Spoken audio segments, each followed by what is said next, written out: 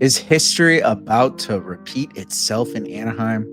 Are the Ducks about to send out another prospective young defenseman? Find out more on this episode of Locked On Anaheim Ducks.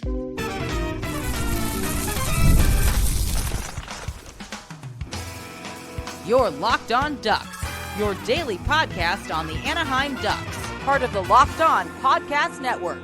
Your team every day.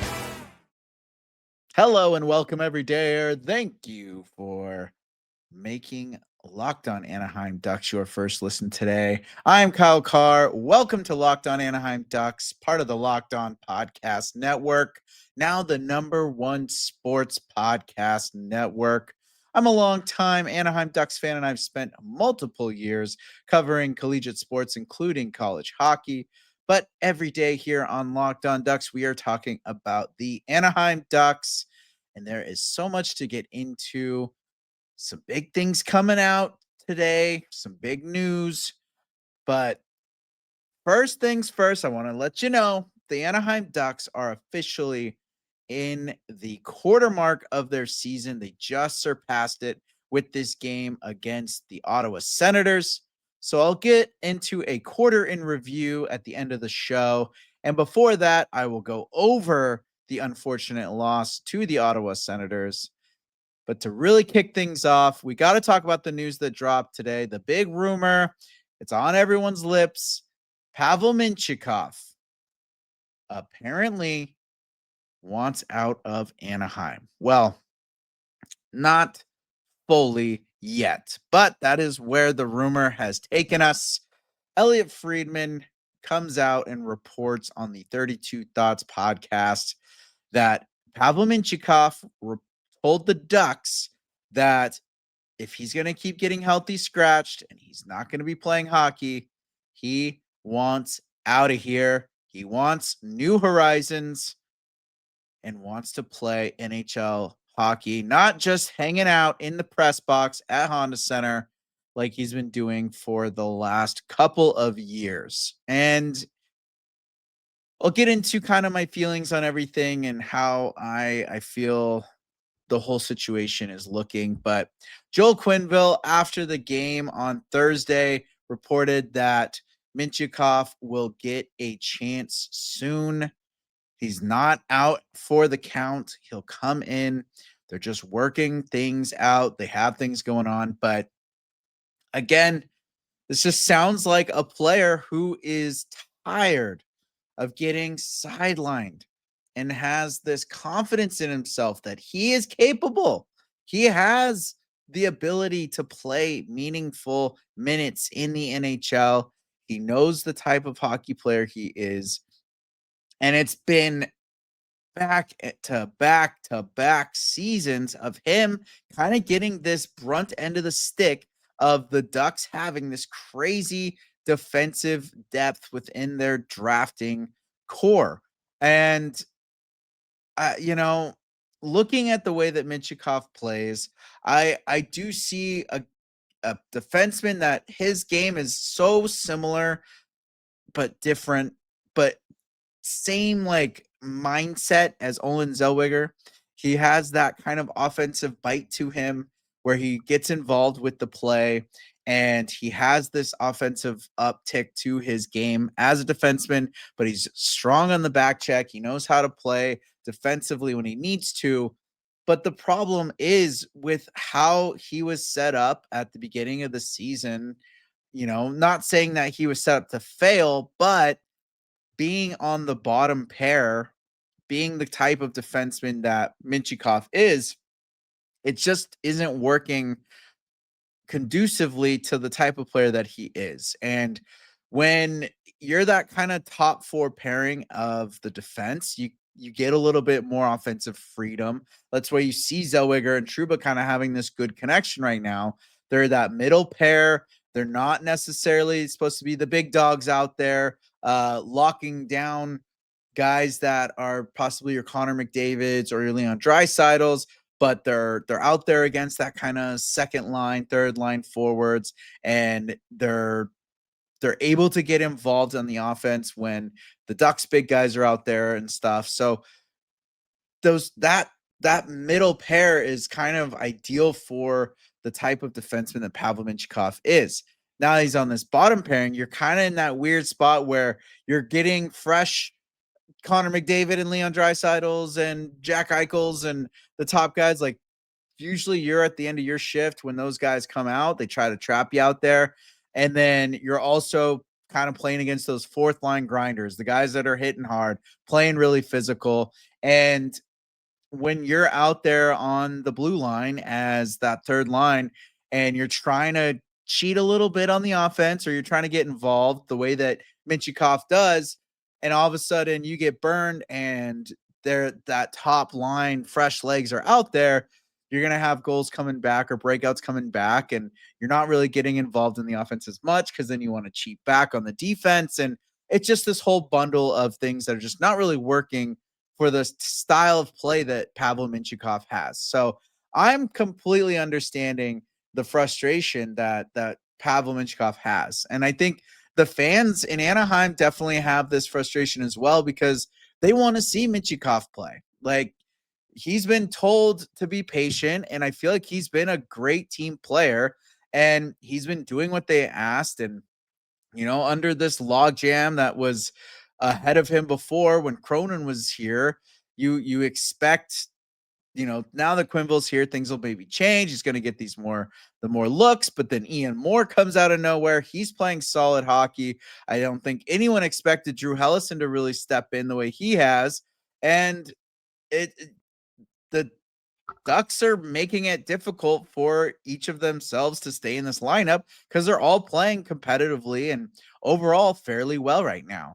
And it's unfortunate that Mintyukov is the guy that has to kind of be at the brunt end of this. And, I don't think this is necessarily a lose-lose for Anaheim if you're really strictly looking at this from a business perspective.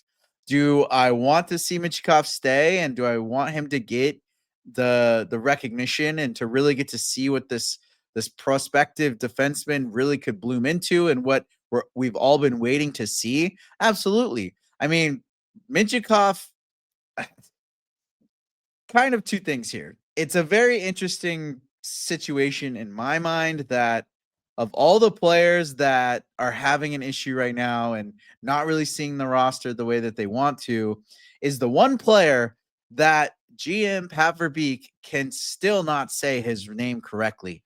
Every interview I ever hear him say Pavel Mintyukov's name, he says Mintyukov or Mintyukov, or he says like uh, Mentikov or something like that. He says some crazy pronunciation of Pavel Mintyukov's name, and you're like, dude, you're supposed to be the general manager. Like, at least say the dude's name right. Like, unless you know something we don't, and he doesn't want to say anything to the media about how to say it right. You're the only person I've ever heard say that name that way there, Pat Verbeek. Goodness gracious, little leadership. But then you got this player that the GM can't even say his name right, and now he's also the first pick that general manager Pat Verbeek ever made as the Anaheim Ducks general manager. So a little backstory there, there's a little, you would think a little like nostalgia, or like, oh, this is, this cracked me into this team. Like, this is my guy. But no, he's just there, and he's riding, and he's staying after practices extra. He's trying to do everything he can and to get back in this lineup. And I understand, like, I think you're getting a player that, like I said, he's been sitting there going through this in and out of the roster stuff the last couple of years.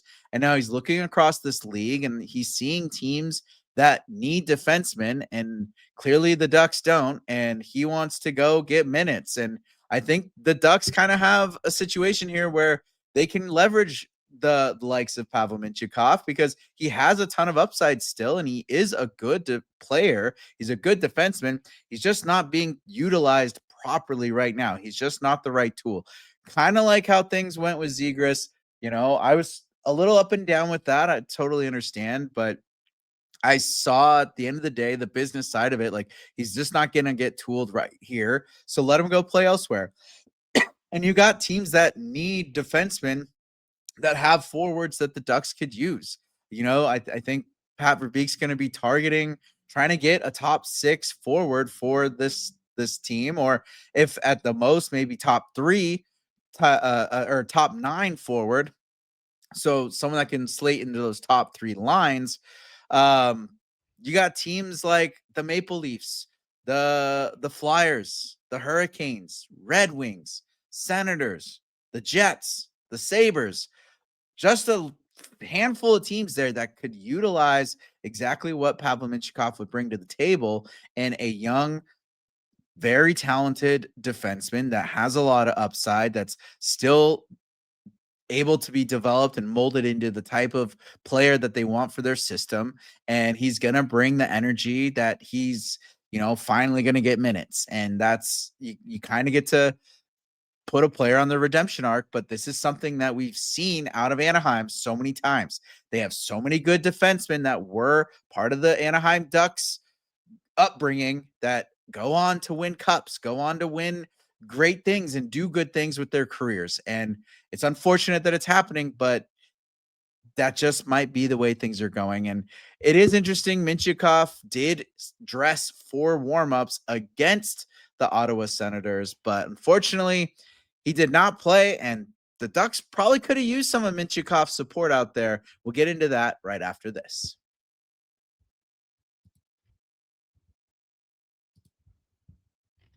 Let's be real. Making excuses doesn't solve anything. We've all heard them before. It's just stress. I'm tired. Or it happens to everyone sometimes. Come on. But when it comes to performance, sometimes your body just needs a little extra support. And that's where Rujit comes in. Rujit.com offers fast acting, doctor prescribed treatments for ED designed to help you stop making excuses and start making moves. Rujit makes it easy to get started. You just connect with a board certified doctor 100% online. No awkward waiting rooms, no in person appointments. And if you're prescribed, your treatment ships discreetly straight to your door. So visit rugiet.com/locked-on-NHL to get 15% off your first order. That's rugiet.com/locked-on-NHL. And don't forget to use our code LOCKEDONNHL so they know we sent you. Rujit, stop making excuses and start making moves. Before we get into what was a very abysmal loss to the Ottawa Senators, I want to say thank you for making Locked On Ducks your first listen of the day. And thank you for making Locked On the #1 sports podcast network. So, as I have been saying here, very unfortunate. The Ducks dropped the second game of their home and home back to back against the Ottawa Senators. They take the W against the Boston Bruins, but lose to the Ottawa Senators by 1 goal. One stinking goal scored within 2 minutes of the game left. Just under 2 minutes. What are we doing, Anaheim? So unfortunate. Surprise, surprise. The Ducks give up the first goal of the game.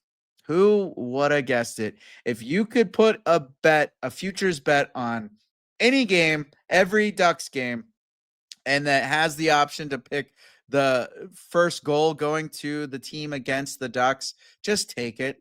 Like, just take the bet. You're most likely going to win at this rate. I think the Ducks have scored first in 4 games this year, it seems like 4 or 5 maybe out of the 21 games.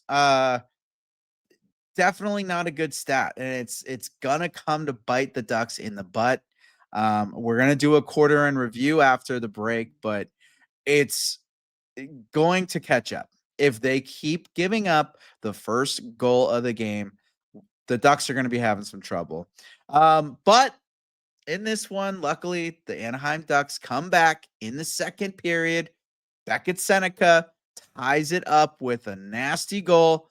Little giveaway by the Senators, quickly picked up by Jacob Trouba, moves it to Carlsson, and you know the speed of Leo Carlsson gets guys totally double guessing where they're going, and he busts through the zone, feeds the puck nicely over to Cutter Gauthier, and Cutter Gauthier, all the credit to him, tries to go for a shot, ends up fanning on it, and it kind of just catches him up, but he sticks with the puck, sees Beckett Sennecke, just makes the smart move to move it over to Beckett, and Beckett rips it home, ties up the game, and then just about a minute and 30 seconds later, Mason McTavish gets a goal to make it 2-1. Great assist from Kreider and Terry on that one. Roofs the puck. I'm thinking, all right, boom, here we are. Ducks are going to be running away with this one. Things kind of settled down for a bit, and then right before the period ends, Ducks give up a power play goal to Shane Pinto just under a minute before the second ended. Always puts a bad sting going into the locker room. You never want to give those up. It just puts that sour taste in your mouth right before you go to the locker room. And it sucked too because Mrazek just goes out to try to poke check the puck. He makes contact with the puck, but unfortunately, just with the momentum, pushes it right into the skater's skate. That's Shane Pinto, right into his skate, and it just kicks the puck in his own 5-hole, right down the gap, right through the middle. It was so weird. At first, I thought a Duck stick got in there, and he tried to backhand, and it just kind of tied it up right down his pad. But it was a push right into the skate that got it. And Mrazek was playing so well in this game. He was playing out of his mind, doing everything to keep the Ducks in it and trying to give them the lead and keep the lead once they had it. Just under 2 minutes left in the game. Tie game the whole third period until just under 2 minutes, and the Ducks give off a redirect right in the high slot. Drake Batherson gets his stick on it, and it just whips right around Mrazek. Again, playing extremely well, making save after save, huge saves, split saves, glove saves.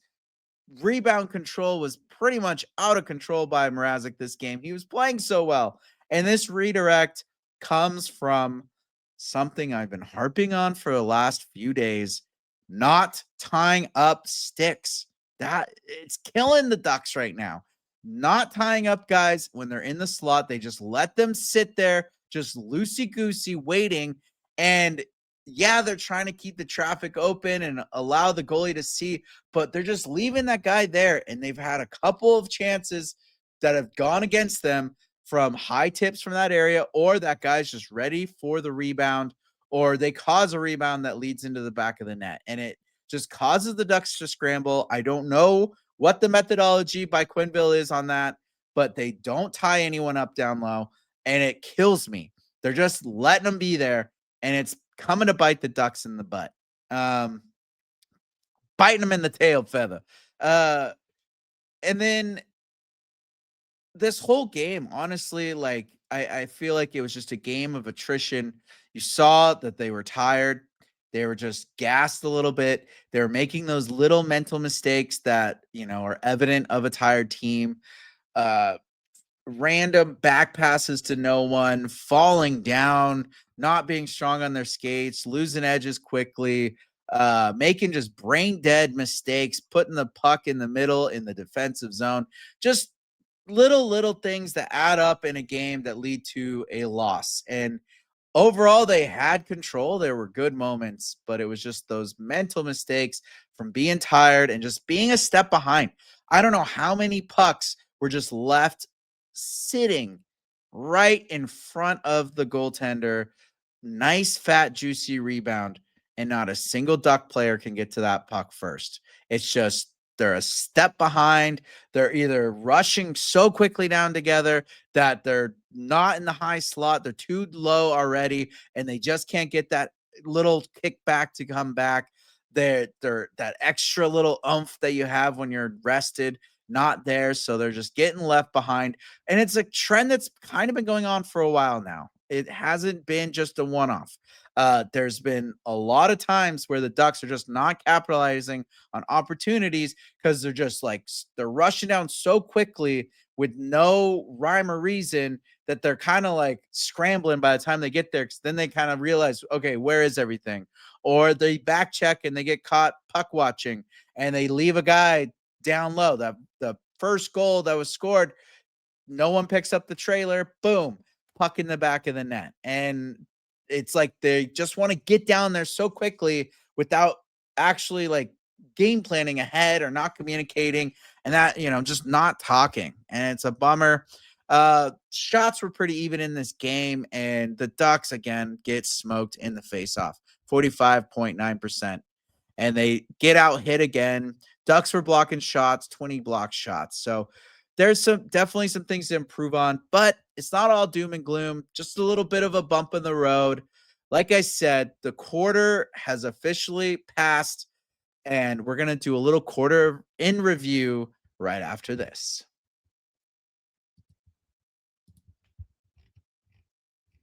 The NBA is back, and there's no better place to get in on the action than FanDuel, the official sports betting partner of the NBA.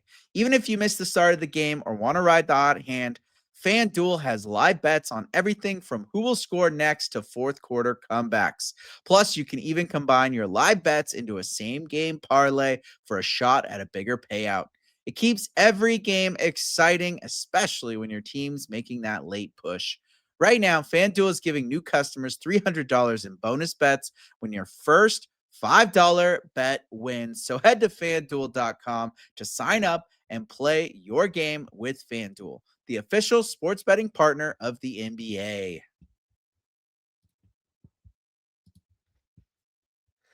So it is officially time. Drum roll, please.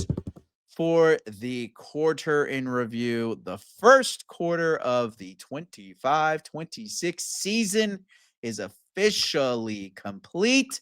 The Ducks, after playing their 21st game, I did the math. 82 divided by 4 is 20.5. So as soon as they hit the 10-minute mark of the second period, they were at the quarter way mark of this regular season. And my goodness, if anyone out there sits there and says by the 21 game mark, the Ducks will be in first place in the Pacific with a decent lead in points, they are absolutely lying to you. There is no way anyone at all, unless they were just being a crazy diehard, the Ducks are winning the Stanley Cup type fan every year.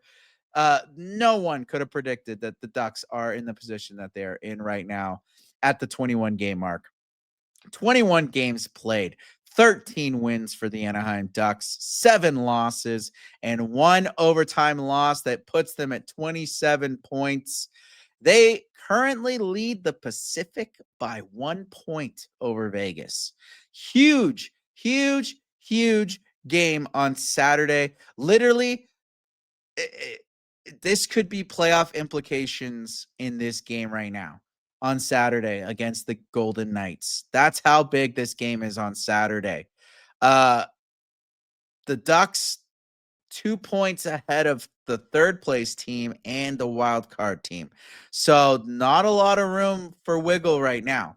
They had a good margin. They were up about 3 points ahead, but losing a couple here and there, teams are starting to catch up.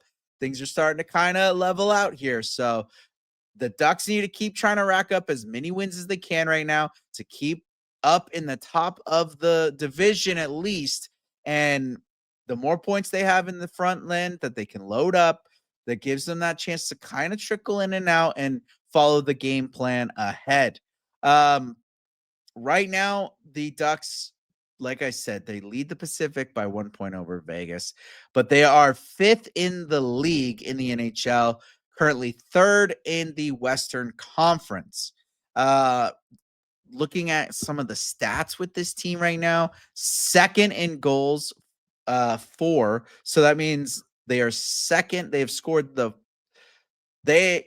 Ducks have scored the second most goals in the league with 75 goals. Second place, that is where Anaheim is. So going from basically 31, 32, 30 and goals for to now second, pretty darn good. Pretty darn good. They have the 8th highest goal differential with 9 goals. So they have outscored their opponents by 9. Their power play, 15th in the league at 20.8. Another big jump going from the worst power play, the 30 worst power play, the second worst, third worst, to now right there in the middle, 15th in the league at 20.8. So they are above the halfway point. Penalty kill, they are cooked. The penalty kill is cooked right now, not in the good way. The cooked in that they are gas, smoked, just Dunskies. 25th in the league with 75%. I know, 75, 3/4 of their penalties they're killing. That sounds like great, right? But 25th in the league. They need to be way higher up than that.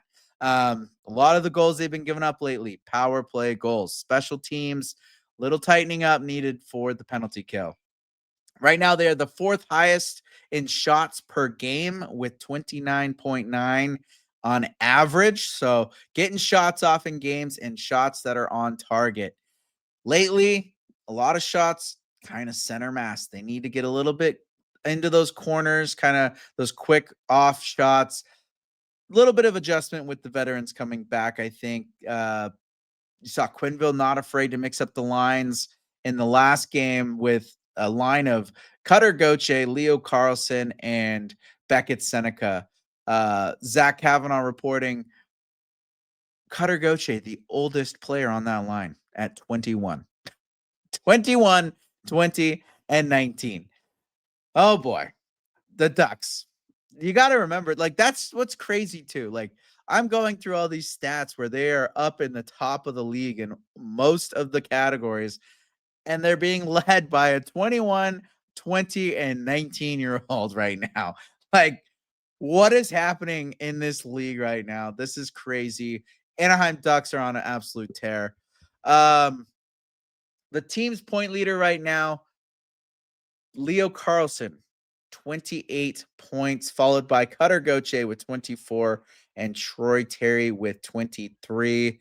And part of that is because the Ducks are the 9th highest shooting percentage in the league at 11.9%. These guys are scoring when they're shooting for the most part. I know you're not even making a quarter of your shots, but trust me, in hockey, that is a good percentage to have. Around that 12 to 13% mark is just fine. Last year, look at this. So we got Leo Carlsson with 28 points, right? Last year, Leo Carlsson had a total of 45 points. So that means at the quarter mark of the season, 21 games played. Last year, Leo Carlsson, 76 games played.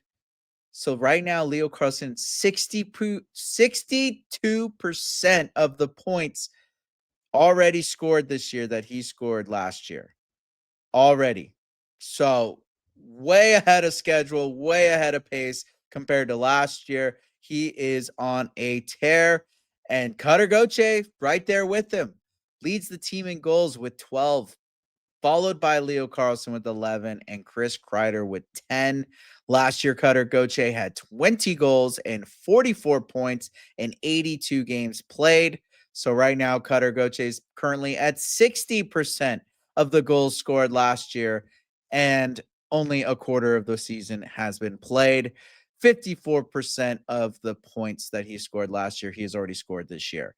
So these guys are way, way, way, way, way ahead of schedule compared to last year, and they are at a rapid pace. I don't think we expected any of these guys to be sniffing 30 points this quickly in the season. I mean, obviously Pat Verbeek did because he drafted Leo Carlsson and made the trade for Gauthier and also drafted Beckett Sennecke, who, oh, by the way, Beckett Sennecke. I was one of them. I was like, hey, this kid, I don't think he's ready for the NHL. I think he needs an attitude adjustment. I think he needs to get checked at the door. I think he had a good season, but the cockiness, it's too much. Well, guess what? His cockiness can be cockiness because Beckett Sennecke and Chris Kreider, the veteran, both have 15 points right now. Kreider has 10 goals, 5 assists. Beckett Sennecke has 7 goals and 8 assists. Like, come on. 19 years old. This kid comes in, was told he was going to possibly be on the fourth line, and he said, I'll do it, coach. It helps me learn my forecheck better. Starts the season on the second line. Now he's getting moved up on the mixed first and second line. Like, who would have expected this out of the kid? Crazy stuff right now.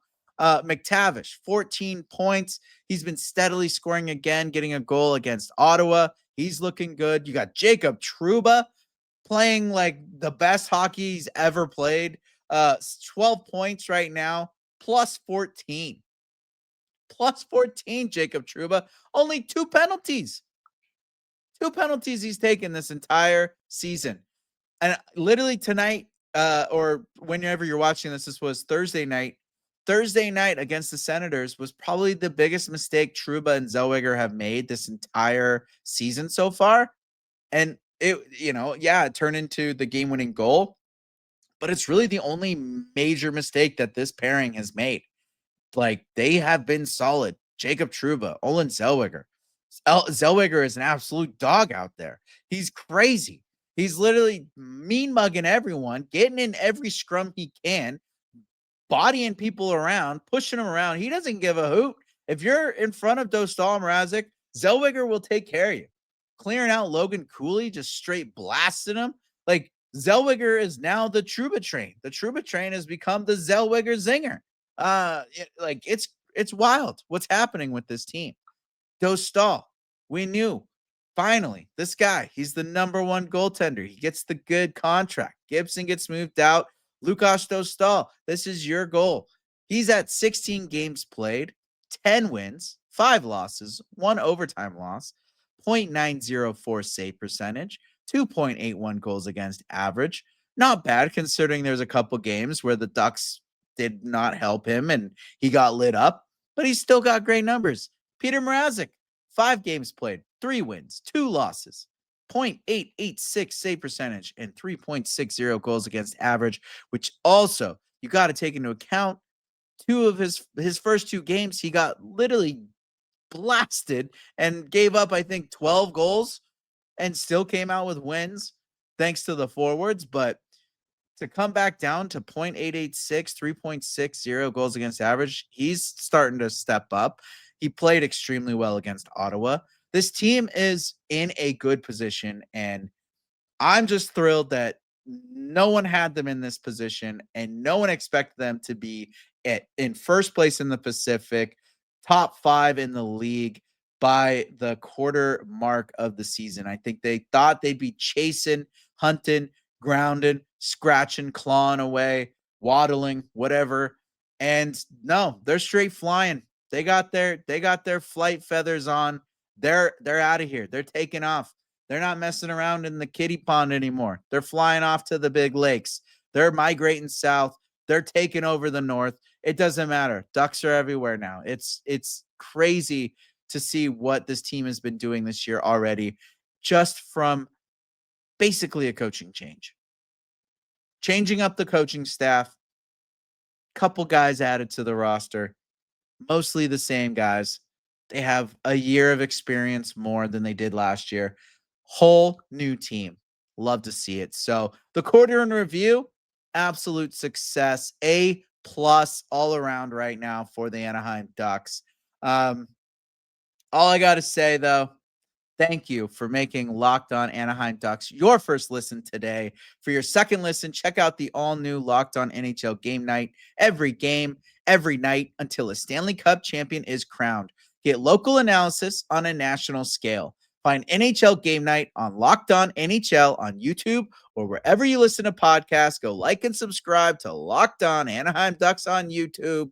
Go check out wherever you listen to podcasts. Help, like, share, comment, get involved with the socials, X, Instagram, TikTok, YouTube Shorts, whatever it is that you're doing. We're there. We're chatting. Check it out. And as always, I'm Kyle Carr. Be good out there.